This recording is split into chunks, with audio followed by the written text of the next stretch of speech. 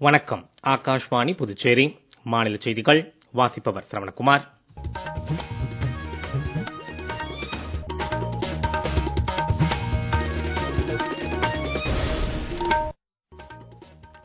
தலைப்புச் செய்திகள். பிரதமர் திரு நரேந்திர மோடி நாளை மத்திய பிரதேச மாநிலத்தில் பல்வேறு வளர்ச்சித் திட்டங்களை தொடக்கி வைத்து அடல் பிஹாரி வாஜ்பாய் நினைவு தபால் தலை வெளியிட உள்ளார். நாட்டின் ஸ்மார்ட் போன் ஏற்றுமதி மதிப்பு 1 லட்சம் கோடி ரூபாய் கடந்துள்ளதாக மத்திய மின்னணு மற்றும் தகவல் தொழில்நுட்பத்துறை அமைச்சர் திரு அஸ்வினி வைஷ்ணவ் தெரிவித்துள்ளார். நாட்டின் முன்னேற்றத்திற்கு நல்ல நிர்வாகம் அவசியம் என்று புதுச்சேரி துணைநிலை ஆளுநர் திரு கைலாஷ்நாதன் தெரிவித்துள்ளார். 5 மற்றும் 8ஆம் வகுப்புகளுக்கு மத்திய கல்வி வாரியம் அறிவித்துள்ள கட்டாய தேர்ச்சி முறை ரத்து உத்தரவை புதுச்சேரி அரசு ஏற்பதாக கல்வி அமைச்சர் திரு நமச்சிவாயம் தெரிவித்துள்ளார். இனி விரிவான செய்திகள். முன்னாள் பிரதமர் அமரர் வாஜ்பாயின் 100வது பிறந்த தினத்தை முன்னிட்டு பிரதமர் திரு நரேந்திர மோடி நாளை மத்திய பிரதேச மாநிலம் கஜுராஹோவில் பல்வேறு வளர்த்திட்டங்களுக்கு அடிக்கல் நாட்டி வேறு பல திட்டங்களை தொடக்கி வைக்க உள்ளார். அடல் பிஹாரி வாஜ்பாயின் 100ஆண்டு நினைவு தபால் தலை மற்றும் நாணயத்தை பிரதமர் வெளியிடுவதோடு உள்ளூர் அளவில் நல்லாட்சி வழங்கும் நோக்கில் கிராம பஞ்சாயத்துகளுக்கான 1153 அடல் கிராம கட்டிடங்களின் கட்டுமான பணிகளுக்கு அடிக்கல் நாட்ட உள்ளார். தேசிய தொலைநோக்கு திட்டத்தின் கீழ் நதிகளை ஒன்றோடு ஒன்று இணைக்கும் திட்டமான கென் பெட்வா ஆறுகளை கால்வாய்கள் மூலம் இணைக்கும் திட்டத்திற்கும் பிரதமர் நாளை அடிக்கல் நாட்டுகிறார். இந்த இணைப்பு மூலம் மத்திய பிரதேசம் மற்றும் உத்தரப்பிரதேசத்தின் பல்வேறு மாவட்டங்களில் உள்ள லட்சக்கணக்கான விவசாய குடும்பங்கள் பாசன வசதிகள் பெறுவதோடு அந்த பகுதி மக்களுக்கு குடிநீர் வசதிகளும் கிடைக்கும். குடியரசு துணைத் தலைவர் திரு ஜெகதீப் தன்கர் 2 நாள் பயணமாக நாளை தெலங்கானா மாநிலத்தில் உள்ள ஐதராபாத் மற்றும் மேடக் நகரங்களுக்கு செல்கிறார். தமது தெலங்கானா பயணத்தின் போது மேடக் மாவட்டம் துன்கி கிருஷி விஞ்ஞான் கேந்திராவில் உள்ள இந்திய வேளாண் ஆராய்ச்சி மன்றத்தில் நடைபெறும் இயற்கை மற்றும் இயற்கை விவசாயம் சார்ந்த விவசாயிகள் மாநாட்டில் தலைமை விருந்தினராக கலந்து கொள்கிறார். இந்த நிதியாண்டின் முதல் 8 மாதங்களில் நாட்டின் ஸ்மார்ட் போன் ஏற்றுமதி மதிப்பு 1 லட்சம் கோடி ரூபாயை கடந்துள்ளதாக மத்திய மின்னணு மற்றும் தகவல் தொழில்நுட்பத்துறை அமைச்சர் திரு அஸ்வினி வைஷ்ணவ் தெரிவித்துள்ளார். உற்பத்தியுடன் கூடிய ஊக்கத்திட்டம் மூலம் கடந்த ஆண்டுடன் ஒப்பிடுகையில் இவ்வாண்டுக்கான ஸ்மார்ட் போன் ஏற்றுமதி 45% வளர்ச்சி கண்டுள்ளதாக சமூக ஊடக பதிவு ஒன்றில் அமைச்சர் தெரிவித்துள்ளார். உற்பத்தியுடன் இணைக்கப்பட்ட ஊக்கத்திட்டத்தின் வாயிலாக ஸ்மார்ட் போன் துறையில் 3 லட்சத்திற்கும் அதிகமான நேரடி வேலைவாய்ப்புகளும் 6 லட்சத்திற்கும் அதிகமான மறைமுக வேலைவாய்ப்புகளும் உருவாக்கப்பட்டுள்ளதாகவும் அமைச்சர் குறிப்பிட்டுள்ளார். BSNL மொபைல் சேவைக்கான கட்டணங்களை உயர்த்தும் எண்ணம் இல்லை என்று தெரிவிக்கப்பட்டுள்ளது. புதுச்சேரி வம்புப்பட்டு கிராமத்தில் BSNL நிறுவனம் சார்பில் வாடிக்கையாளர்களுக்கான பல்வேறு புதிய சேவைகள் துவக்கி வைக்கப்பட்டுள்ளன. இன்டர்நெட் இலவச தொலைக்காட்சி, தேசிய வைஃபை இன்டர்நெட் தொலைக்காட்சி உள்ளிட்ட சேவைகளை BSNL தலைவரும் நிர்வாக இயக்குநருமான திரு ராபர்ட் ரவி ஜெரார்ட் தொடக்கி வைத்தார். புதிய சேவைகள் வாயிலாக BSNL டிவி மூலம் 400க்கும் மேற்பட்ட நேரடி தொலைக்காட்சி சேனல்கள் செல்போன் வாடிக்கையாளர்களுக்கு இலவசமாக வழங்கப்படுவதாக துவக்க நிகழ்ச்சியின் போது திரு ஜெரார்ட் தெரிவித்தார். தற்போதுள்ள 4G சேவையை 5G சேவையாக தரமுயர்த்தும் அளவிற்கு தொழில்நுட்ப வசதிகள் உள்ளதாகவும் புதுச்சேரியில் கடந்த 3 மாதங்களில் 20,000 புதிய இணைப்புகள் வழங்கப்பட்டுள்ளதாகவும் அவர் தெரிவித்தார். BSNL மொபைல் சேவைக்கான கட்டணங்களை தற்போது உயர்த்தும் எண்ணம் இல்லை என்று தெரிவித்த திரு ஜெரார்ட், புதுச்சேரியில் தற்போதுள்ள 130 BSNL டவர்களுடன் மேலும் 100 டவர்கள் புதிதாக நிறுவப்பட்டு தடையற்ற மற்றும் மேம்பட்ட சேவைகள் வழங்கப்படும் என்றும் தெரிவித்தார். தற்போது மண்ணாடிப்பட்டு, வம்புப்பட்டு, சோரப்பட்டு உள்ளிட்ட 5 கிராமங்களில் வைஃபை வசதி வழங்கப்படுவதாகவும் அவர் கூறினார்.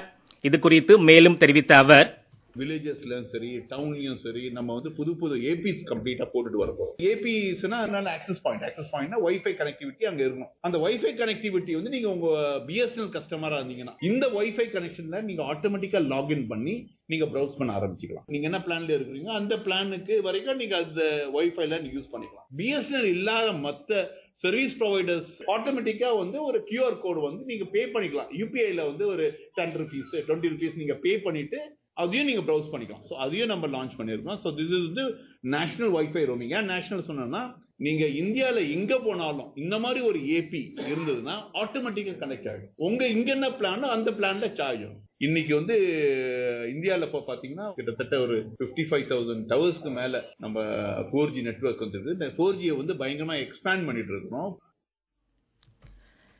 நீங்கள் கேட்டுக்கொண்டிருப்பது மாநில செய்திகள். ஆகாஷ்வாணி செய்திகளை நேயர்கள் உடனுக்குடன் தெரிந்து கொள்ள எமது புதுச்சேரி மண்டல செய்திப் பிரிவின் சமூக ஊடகங்களான @airnews_புதுவை என்ற எக்ஸ் பக்கத்தையும், all India radio news Puducherry என்ற Facebook பக்கத்தையும், @RNU புதுச்சேரி என்ற யூடியூப் சேனலையும் அணுகலாம். எமது டெல்லி ஆகாஷ்வாணி செய்திப் பிரிவின் NST சமூக ஊடகங்களான @airnewsalerts என்ற எக்ஸ் பக்கத்தையும், ஆல் இண்டியா ரேடியோ நியூஸ் என்ற Facebook பக்கத்தையும், ஏர் நியூஸ் அலர்ட்ஸ் என்ற இன்ஸ்டாகிராம் தளத்தையும், news on air official YouTube சேனலையும், நியூஸ் ஆன் ஏர் செயலி மற்றும் இணையதளத்தையும் அணுகலாம்.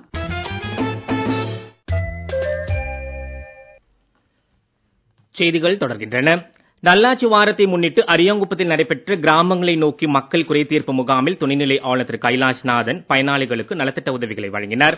அரியாங்குப்பம் மற்றும் மணவெளி தொகுதிகளை உள்ளடக்கிய கிராம மக்கள் இந்த முகாமில் கலந்து கொண்டனர்.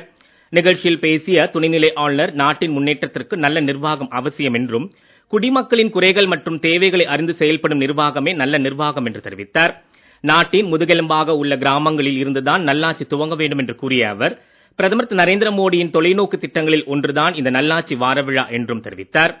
மத்திய மாநில அரசுகளின் பல்வேறு வளர்ச்சி மற்றும் நலத்திட்டங்களை அதிகாரிகள் மூலம் தெரிந்து கொண்டு மக்கள் பயன்பெற வேண்டும் என்பதே தமது விருப்பம் என்றும் திரு கைலாஷ்நாதன் கூறினார். 2025ஆம் ஆண்டிற்குள் காசநோய் இல்லாத நாடாக இந்தியாவை மாற்ற வேண்டும் என்ற பிரதமர் திரு நரேந்திர மோடியின் தொலைநோக்கு பார்வையின் கீழ் புதுச்சேரியில் இதுவரை 40,000 பேருக்கு பரிசோதனை செய்யப்பட்டு 12 பெண்களுக்கு காசநோய் உள்ளது கண்டுபிடிக்கப்பட்டுள்ளதாகவும் தெரிவித்தார். அவர் மேலும் கூறுகையில், இந்தியாவை வல்லரசு நாடாக மாற்ற வேண்டும் என்று நமது பாரத பிரதமர் நரேந்திர மோடி தொலைநோக்கு திட்டம் தான் இந்த நல்லாட்சி வார விழா, குட் கவர்னன்ஸ் வீக். நல்லாட்சி என்பது கிராமங்களில் இருந்துதான் தொடங்க வேண்டும். ஏனென்றால் கிராமங்கள் தான் இந்தியாவின் முதுகெலும்பாக இருக்கிறது. இது போன்ற மக்கள் குறை தீர்ப்பு முகாம்கள் கிராமப்புறத்தில் நடக்கும் போது கிராமத்தில் இருக்கின்ற ஏழை எளிய சாமானிய மக்கள் அதிகம் பயன் பெறுவார்.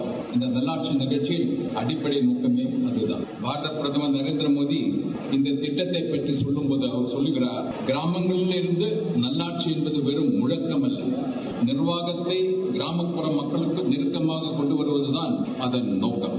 அது மாற்றத்திற்கான ஒரு நல்ல முயற்சி. அதுதான் ஜனநாயகத்தின் உண்மையான சாராம்சம். அங்கே வளர்ச்சி மக்களை சென்று அடைகிறது என்று சொன்னார்.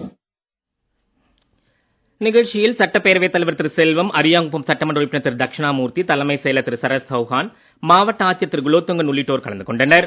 நிகழ்ச்சியின் நிறைவில் பிரதமரின் தாயின் பெயரில் ஒரு மரம் என்ற திட்டத்தின் கீழ் பொதுமக்களுக்கு மரக்கன்றுகள் விநியோகிக்கப்பட்டன. 5 மற்றும் 8ஆம் வகுப்புகளுக்கு மத்திய கல்வி வாரியம் அறிவித்துள்ள கட்டாய தேர்ச்சி முறை ரத்து உத்தரவை புதுச்சேரி அரசு ஏற்பதாக கல்வி அமைச்சர் திரு நமச்சிவாயம் தெரிவித்துள்ளார். புதுச்சேரி மத்திய அரசின் கல்வி திட்டத்தின் கீழ் செயல்பட்டு வருவதால் இந்த உத்தரவை ஏற்பதாகவும், தனியார் பள்ளிகளுக்கும் இந்த உத்தரவு பொருந்தும் என்றும் அவர் தெரிவித்தார். இந்த கட்டாய தேர்ச்சி ரத்து உத்தரவு மூலம் மாணவர்களின் கல்வி தரம் உயரும் என்றும், மாணவர்களின் இடைநிற்றல் நிற்காது என்றும் திரு நமச்சிவாயம் தெரிவித்தார். ஆதிதிராவிடர் மற்றும் பழங்குடியின வன்கொடுமை தடுப்பு சட்டம் 1989ஆம் அமலாக்கத்தை மறு ஆய்வு செய்யும் மாநில உயர்மட்ட கண்காணிப்பு குழு கூட்டம் புதுச்சேரி சட்டப்பேரவை வளாகத்தில் நடைபெற்றது. முதலமைச்சர் திரு ரங்கசாமி தலைமையில் நடைபெற்ற இந்த கூட்டத்தில் உள்துறை அமைச்சர் திரு நமச்சிவாயம், ஆதிதிராவிடர் நலத்துறை அமைச்சர் திரு சாய் ஜே சரவணன்குமார், சட்டப்பேரவை துணைத் தலைவர் திரு ராஜவேலு, சட்டமன்ற உறுப்பினர் திருமதி சந்திரபிரியங்கா, தேசிய பட்டியலின ஆணைய இயக்குநர் திரு ரவிவர்மன், அரசு செயலர் டாக்டர் முத்தம்மா, துறையின் உயர் அதிகாரிகள், காவல்துறை அதிகாரிகள் உள்ளிட்டோர் கலந்து கொண்டனர். வதோதராவில் இந்திய மேற்கிந்திய தீவுகள் அணிகளுக்கு இடையே இன்று நடைபெற்று வரும் ICC மகளிர் 2வது ஒருநாள் கிரிக்கெட் போட்டியில் டாஸ் வென்று முதலில் ஆடிய இந்திய அணி 50 ஓவர் முடிவில் 5 விக்கெட் இழப்பிற்கு 358 ரன் எடுத்து 359 ரன் எனும் வெற்றி இலக்கை மேற்கிந்திய தீவுகள் அணிக்கு நிர்ணயித்துள்ளது. 3 போட்டிகள் கொண்ட இந்த தொடரின் முதலாவது போட்டியில் இந்திய அணி மேற்கிந்திய தீவுகள் அணியை 211 ரன் வித்தியாசத்தில் வெற்றி கொண்டது குறிப்பிடத்தக்கது. இந்திய வானிலை ஆய்வுத்துறையின் வானிலை முன்னறிவு பற்றிய தகவல் கணிப்புகளின் துல்லியம் கடந்த 10 ஆண்டுகளில் 40 முதல் 50% அதிகரித்துள்ளதாக தெரிவிக்கப்பட்டுள்ளது. இன்று பத்திரிகையாளர்களிடம் இதனை தெரிவித்த இந்திய வானிலை ஆய்வுத்துறையின் தலைமை இயக்குநர் திரு மிருத்யுஞ்செய் மஹோபத்ரா, கனமழைக்கான கணிப்புகளின் துல்லியமும் 60லிருந்து 80% அதிகரித்துள்ளதாகவும் தெரிவித்தார்.